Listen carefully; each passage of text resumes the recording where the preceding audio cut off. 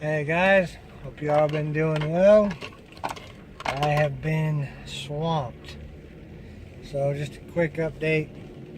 As you can tell by my windows, it's raining like crazy. It has been raining off and on here, which is very odd for the past 2.5 weeks, which has screwed up what I'm able to do for work and made life interesting. So I've just been running around like crazy. Fortunately, I've been working on my online stuff during the time that I haven't been able to do my other work that I need to get done. So it hasn't been completely a loss, but still a pain. But on that note, I've mentioned before, I am still doing some Amazon FBA. I haven't been sending much in. I haven't sent anything in for a couple weeks now. It's been close to a month. It may be a month. That being said, I'm still getting, because I built everything up so heavily, about $500 every pay period from them. So that has paid off. And I'll continue to do a little bit of that. I'm not sure how much I'll do full time. I paused my Inventory Lab subscription and a few other things just to kind of let that run. Gonna send books in and things like that, but I've been focusing on getting some eBay stuff ramped up. And then, so I've been working on that and a few side jobs, and then also working on getting things organized at my house so I have room for the eBay store. And then, as you can tell, I am not in the Subaru and I am not in my van. I am in my new vehicle. So I have the van that I'm going to build the bed in the back of, and on my other channel I'll be doing videos about that, building a DIY adventure van. And then I also have I have a 99 F250 Super Duty I've had for a while, and the mileage was getting pretty high on it. It's a good truck, but I don't need two 1-ton vehicles, and I needed something that I could use to go and do sourcing in and things like that. I was taking my wife's car and it just logistically wasn't working. And then I've also been doing some work down in Arizona, so it's kind of a drive, and fuel mileage wise it's a little rough, so I've been looking around and deciding what I was going to get. And I found a Craigslist hunter video that kind of made me think about it. I've always been a car guy. There's lots of cars I like. This car I'm in now, it's a 2008 Ford Explorer. It has 60,000 miles on it. It's going to do everything I want really well.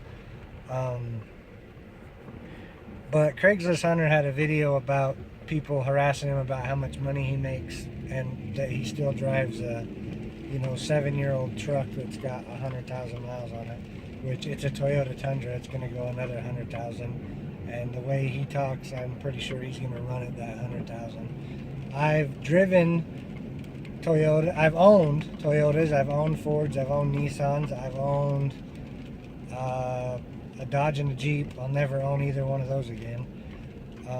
Haven't owned Chevys. I got a bunch of friends that have them and like them.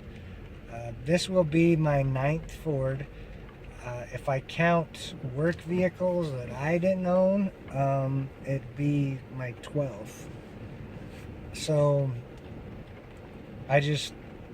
they've consistently been good for me. I've never had a problem with any of them. I've just driven them for a few years apiece and then sold them because I wanted, bigger or smaller or different or whatever, or circumstances change. So but what he talked about in his video is that running an eBay business or a reseller business, or some call it scavenger business or hustle business, is a lifestyle, and your choices have to reflect that in order to be successful.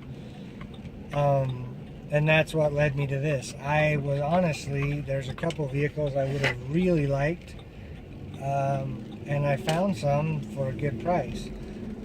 The problem is maintenance on them would have been higher than on this, And then if you're out at estate sales or garage sales looking for deals, and then the 2 cars I'm going to mention, it's going to make it a little harder to get those deals. So my wife's car that I bought her is a 2013 Subaru Outback, and getting another one of those would have been great, but it's cost prohibitive. You can't get them for less than about $20,000. I got this one for right around 10. I wanted something reliable that I knew I could drive for another 100,000. My son's about to turn 16, and I'm gonna have to have him start driving, so this was just a good fit. What I was looking at though, and what I really wanted, was a Land Rover Discovery. But getting one in decent shape with the miles I wanted was possible. The problem I ran into was the fact that maintenance on them was going to be much higher than it would be on this. And I don't know anything about them. And then you have a little bit of an issue, like I say, you show up at a sale, you're trying to get a deal, and they see you're driving a Land Rover. It's just not the right persona. I did find an extremely good deal. I'm talking a steal on a 2009, Porsche Cayenne Turbo for about the same that I paid for this. It was like 11.2. It wasn't much more than this. The downside to that one is, again, I'm trying to figure out, I've got to get an oil change.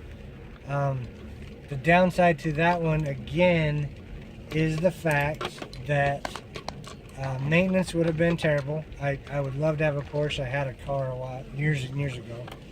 I'm sure it would drive great. The problem with it was I wanted better mileage than my truck got, and that Porsche would not get it. This one I can get 20 to 23 on the highway and 15 around town.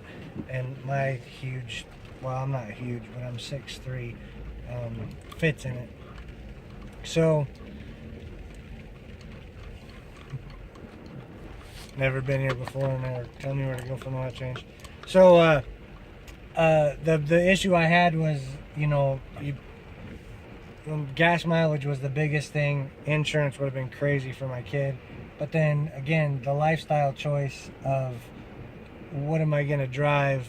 I roll up to a sale trying to get a deal in a Porsche Cayenne. It's just not going to be the same as somebody driving a domestic vehicle. So that's where I ended up with. So the way it ended up, I'm trying to cut expenses, which buying a new vehicle seems kind of an odd way to do that. But like I said, I got this one for 10, and I can sell my truck for about between 7 and 8. And I'm just going to use all the cash from that on bills, paying down some debt. And then this I got financed at a really low rate at $150 a month. So it's actually going to be good for cash flow and good for the business, and obviously I can write it off. So anyway, that's all I got for today. I will be back with another update soon, and hope you guys do good till then. Later.